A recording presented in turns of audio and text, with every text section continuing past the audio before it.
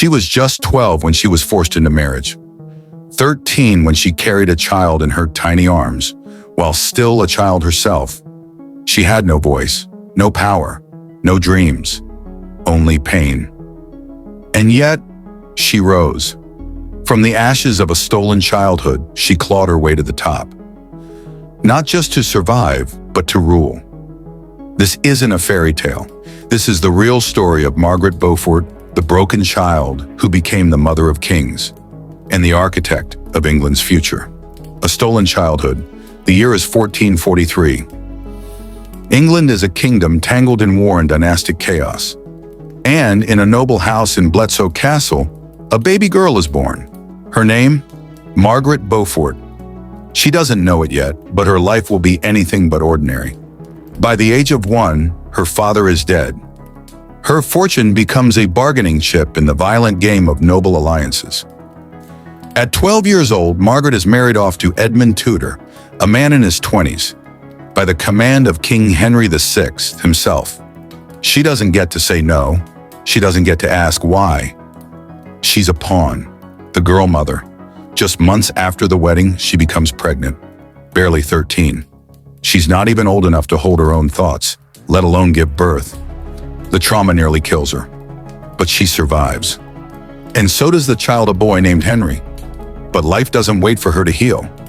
Her husband, Edmund, dies in captivity from the plague. So now she's a 13-year-old widow, raising a newborn alone in a country on the brink of civil war. A woman in the shadows. Margaret isn't allowed to raise her son. Political threats force her to hand him over to protect him. She watches from a distance, year after year, as Henry grows up in exile. But Margaret is not passive. She is watching, learning, and planning. Every move she makes, every marriage she enters, is a calculated step toward restoring her son's rightful place in the royal line. She studies power like a science. She builds alliances, whispers in noble ears, writes letters in code. And while kings fall in battle, while thrones are lost and taken again, Margaret waits. The rise of a queenmaker. Then comes 1485. The Battle of Bosworth. Her son, Henry Tudor, returns from exile to face King Richard III. Margaret isn't on the battlefield, but her fingerprints are everywhere. It was her plan, her money, her letters that forged the rebellion. And when Richard falls and Henry is crowned King Henry VII, Margaret Beaufort doesn't just become the king's mother, she becomes the most powerful woman in England. She establishes her own court, signs documents with her own seal, wears royal colors, issues decrees, unheard of for a woman of the time. Even Henry, her son, refers to her as "My Lady the King's Mother" and bows to her wisdom. Legacy beyond the throne. Margaret's influence doesn't stop with Henry. She shapes education, founding colleges at Cambridge that still stand today. She reforms church law, supports the poor, and protects young girls, perhaps remembering her own shattered childhood. She dies in 1509, just after seeing her grandson, Henry VIII, take the throne. The Tudor dynasty she built continues to shape England for the next century.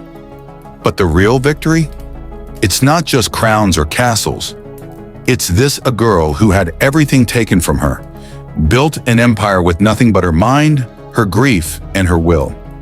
History remembers kings and conquerors, but behind every crown is someone who fought in silence. Margaret Beaufort wasn't born into greatness. She created it. If her story moved you, if it made you think differently about power, pain, and perseverance, then don't let it be forgotten. Subscribe for more untold stories of women who changed the world against every odd. Comment below. Who is a forgotten historical figure you think we should cover next? Share this video because someone out there needs to hear that even the broken can rise.